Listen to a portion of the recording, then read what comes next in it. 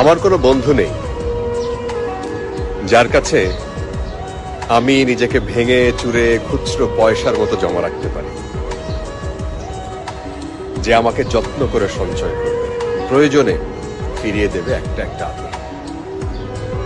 সত্যি বলতে আমার কোনো বন্ধু নেই। বন্ধু বলতে জেনেছি যাদের, তারা কেবল পথ চলতে সঙ্গী ছিল। দূরের পথে ট্রেনে যেমন হয়, পাশের সিটে গল্প হয়, আড্ডা হয়, দুপেয়ালা লেবু চায়ের দাম মেটাতে আমি দিচ্ছি যুদ্ধ হয়।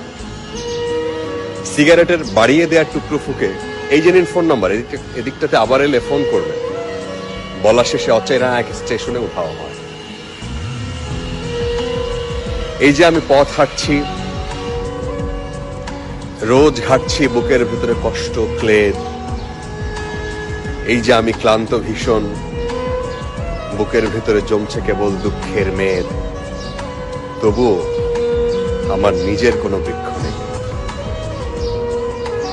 প্রবল দহন দিনের শেষে যার ছায়াতে জিরব ভেবে ফিরে আসার ইচ্ছে হয়, তেমন একটা ছায়ার মতন, আগলে রাখা মায়ার মতন